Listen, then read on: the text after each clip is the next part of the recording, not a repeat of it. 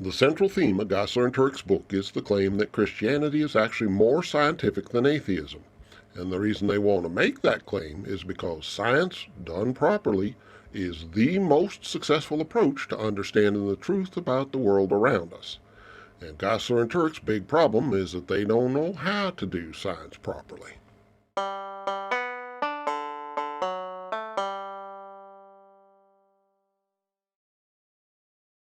Hey there, folks. Bertram the Barely Bearable Atheist here, continuing our series on the book I Don't Have Enough Faith to Be an Atheist by Norm Geisler and Frank Turek. Last time, Geisler and Turek tried to convince us that molecules is messages, and therefore we should expect that the chances of undirected processes producing certain molecules should be the same as the chances of undirected processes writing out valid, meaningful sentences in grammatically correct English. Never mind that molecules is physical things with physical properties that govern how they combine chemically into new molecules. Never mind that words ain't physical things that ain't got physical properties that govern how they assemble themselves into sentences. Geisler and Turek wants us to treat a metaphor as if it was the literal physical reality, and on that basis they declare that it's impossible and unscientific to think that non-living molecules could ever spontaneously self-assemble into living cells, even though that's exactly what happens whenever we eat non-living food and have it turn into living cells inside our bodies. And that's precisely the kind of mistake you make when you approach science with a predetermined goal in mind and then try to cherry-pick whatever sciencey sounding notion gets you closest to that goal. It's a failure to understand the fundamentals of how science works, and Geisler and Turek is getting ready to show us just how wrong an apologist can be about science. Before we take a look at how to get science wrong, though, we ought to take a minute and look at how to get science right. And a handy shortcut to remembering how science works is to remember that truth means that which is consistent with objective reality. If we has a suspicion about what might be true, we can test whether it's true by seeing if it's consistent with objective reality. And that means two things. First of all, our hypothesis can't contradict objective reality directly. For example, if we was to suggest that the Earth has a diameter of about 6 inches, that'd be a pretty direct contradiction of pretty much all our observations of Earth in objective reality. But we can make more subtle distinctions than just looking for direct contradictions, because reality being consistent with itself means not only does it not contradict itself, but it also interconnects with itself in logical, orderly ways. Every true fact in objective reality implies and is implied by other true facts. So if we want to test whether a given hypothesis is true, we can ask, what consequences and implications would also be true if this hypothesis is correct? And conversely, what consequences and implications would we expect if this hypothesis ain't correct? In other words, we want to break our hypothesis down into the observations we ought to be able to make if it's true, versus a significantly different set of observations we'd expect if it's false. Then it's just a matter of observing objective reality and seeing what kind of observations we do make. Then, once we make our observations and see which scenario they's more consistent with, we either accept or reject our hypothesis based on our observations. Or at least that's the scientific approach. There's a non-scientific approach where you find out the evidence don't support your hypothesis and then you start adding arbitrary post hoc assumptions to reconcile the evidence with the original hypothesis. And that's an important difference between the scientific approach and the non-scientific approach. If the evidence don't support your hypothesis, the scientific thing to do is reject the original hypothesis and try a different one. But the non-scientific thing to do is to deny that your hypothesis has been disproved and then start throwing around post hoc rationalizations. And in fact, the post hoc rationalizations themselves is a fairly strong indicator that your original hypothesis is probably wrong. Back to Geisler and Turek now. They start out by saying that scientists and creationists both claim to know how life began, which of course ain't entirely correct. It's true that creationists claim to know for certain how life began, but the most you's likely to hear a scientist say is that we have some pretty good ideas about how life might have started, and ongoing research is bringing us ever closer to a good working model, but of course we'll never be 100% certain how it actually did happen. But that clarification aside, the main question Geisler and Turek want us to ask is, how can we know who's right? Quote, the following fact is obvious but often overlooked. No human observed the origin of the first life. No one was present to see it. Neither evolutionists nor creationists were there, and we certainly can't travel back in time and directly observe whether the first life was created by some kind of intelligence or arose by natural laws from non-living materials. End quote. Now, there's an old, long-since debunked creationist argument that says if scientists didn't directly observe a thing, it ain't real science, it's history. Or maybe, quote-unquote historical science, as if that was a less reliable form of scientific investigation. And to their credit, Geisler and Turek don't come right out and make this argument, at least not explicitly. It's too easily and too frequently debunked to be worth making anymore. But you'll pardon me if I suspects that maybe they's making a plausibly deniable reference to that old trope. They know a lot of non-scientific folks find it persuasive, and they still want to take advantage of that gullibility. So they may not come right out and say it, but that's the genie whose bottle they's rubbing by giving us the first part of the creationist trope. But okay, yes, obviously no living person witnessed the origin of life. So how do we know where life comes from? Quote, the origin of life is a forensic question that requires us to piece together evidence much like detectives piece together the evidence from a murder. End quote. And ooh, that's cool. It's like crime scene CSI, only the CSI stands for Creation Science Investigators. Very trendy. And in fact, it's not too terrible a way to describe origin of life research in layman's terms, as long as we're careful to use solid skeptical principles in applying our quote-unquote forensics. So let's see how Geisler and Turek apply it. Quote, the central principle in forensic science is the principle of uniformity, which holds that causes in the past were like causes we observe today. End quote. So, a quick show of hands here. How many of y'all think that there's any forensic textbook anywhere that says the central principle of forensics is this so-called principle of uniformity? Anybody? Bueller? This sounds like another dog whistle, harken back to the traditional creationist argument that says, quote-unquote, evolutionists all believe in, quote-unquote, uniformitarianism, which of course they don't, but creationists say they do. But this time, there's a twist. In keeping with their thesis that believers is the real skeptics and skeptics is the real believers, Geisler and Turek's going to try and turn the tables and make it sound like scientists is the one who's violating this quote-unquote principle of uniformity. Quote, if take out the garbage dash mom requires an intelligent cause today, then any similar message from the past must also require an intelligent cause. Conversely, if natural laws can do the job today, then the principle of uniformity would lead us to conclude natural laws could do the job in the past. End quote. So you see, it's the creationists who's the real uniformitarians. It's the creationists who accurately apply the principle that things in the past must behave the same way things do today. Checkmate, atheists. Well, let's deconstruct this a little. First of all, there ain't really no such thing as this quote-unquote principle of uniformity. The reason we expect to see things in the past to be consistent with what we see today is because objective reality is consistent with itself and the past is part of objective reality. Secondly, a metaphor about a thing is not the thing itself and does not impose any constraints on the thing being described by the metaphor. If someone refers to a very young child as a sweet, innocent lamb, that don't mean that we need to take them to the vet whenever they get sick.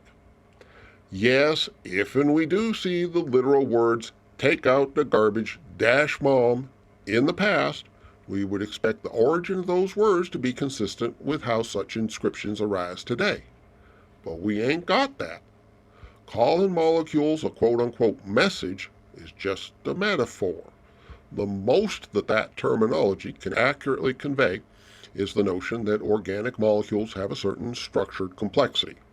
It don't tell us nothing about how that structured complexity arises in real life when you're dealing with physical molecules and not literal written words. Geisler and Turek is picking very specific examples because they has a very specific conclusion they's trying to reach, which of course ain't how real science actually works at all. If they was really interested in discovering the truth, they'd broaden their scope.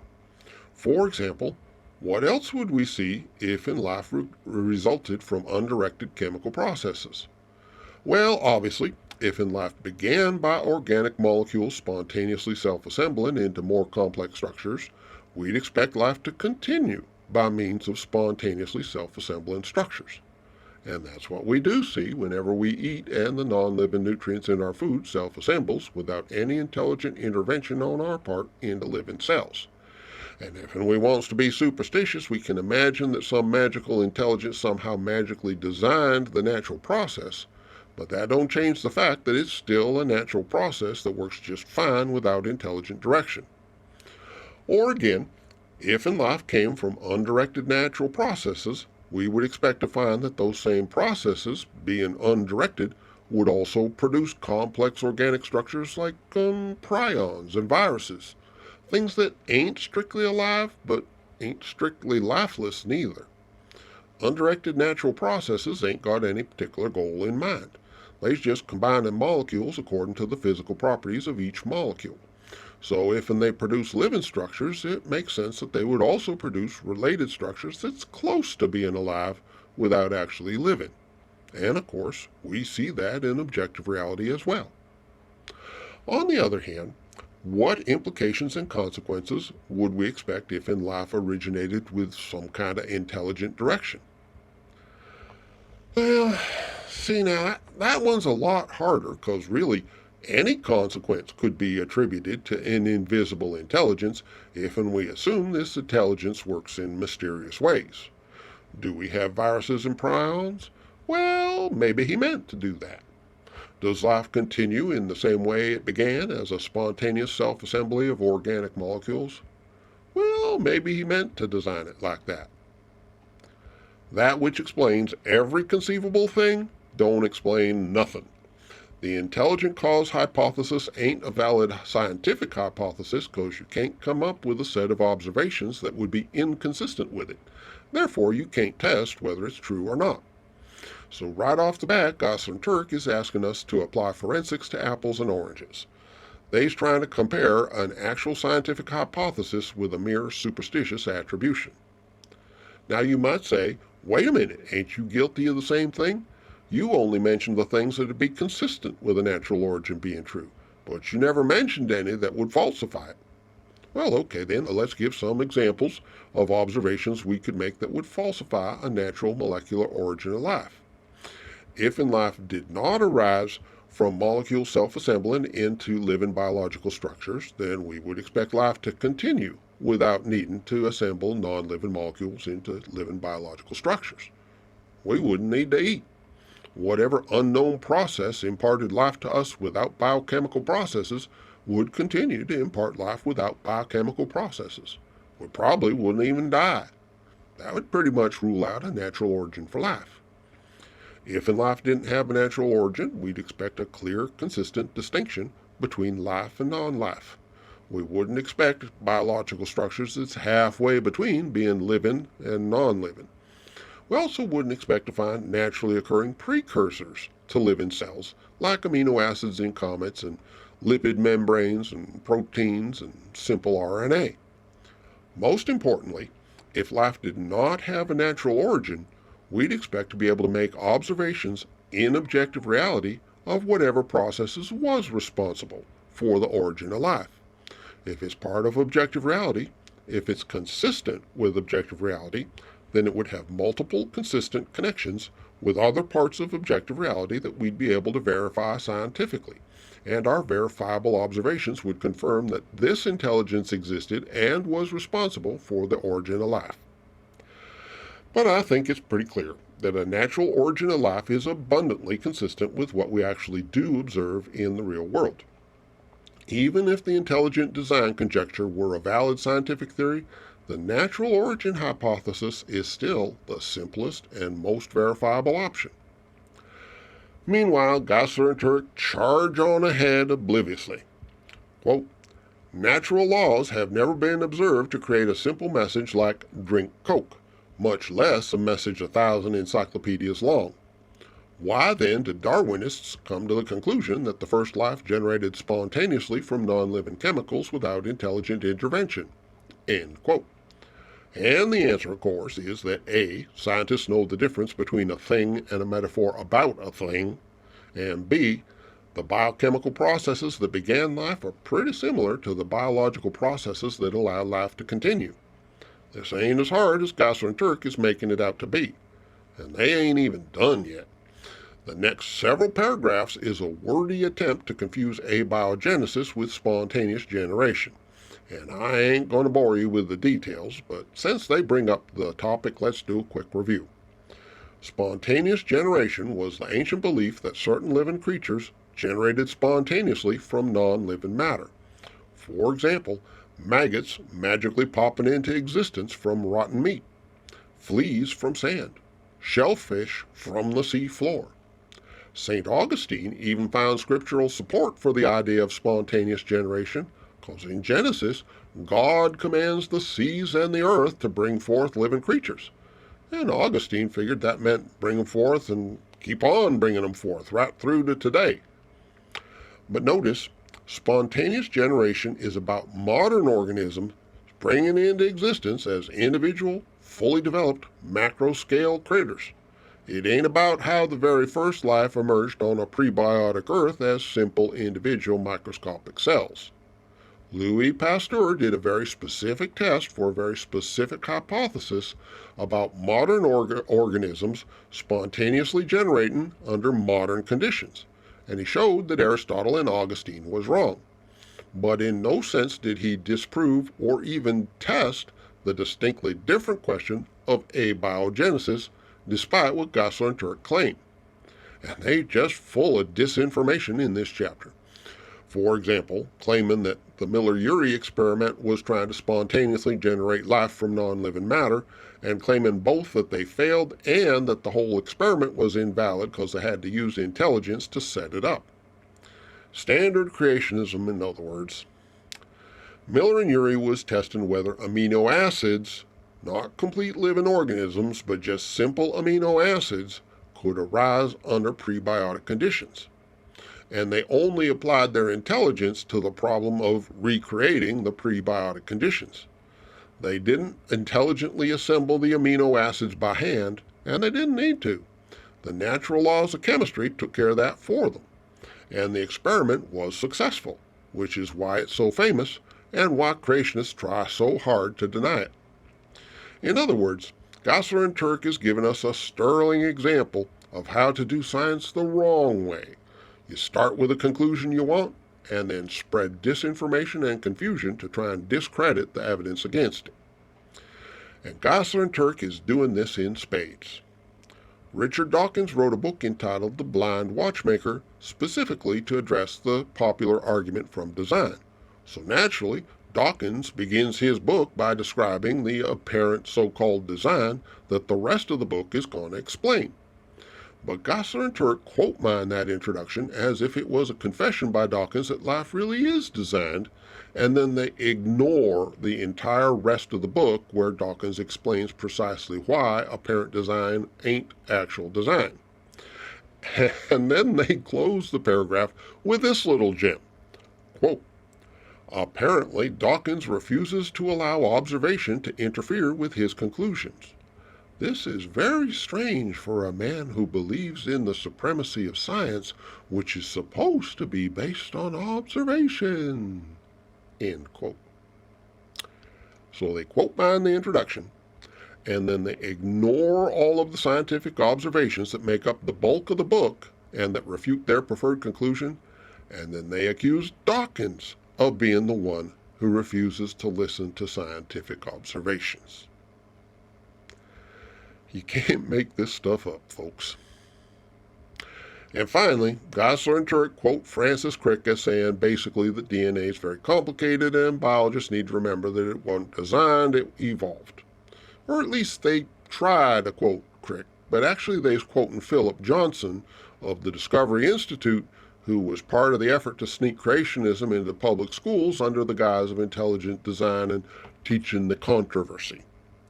Johnson claimed that he found a quote like that, and Geisler and Turek quote a sentence fragment that they say Johnson found in something Crick wrote, but sadly they didn't see fit to provide the original citation or even a complete sentence.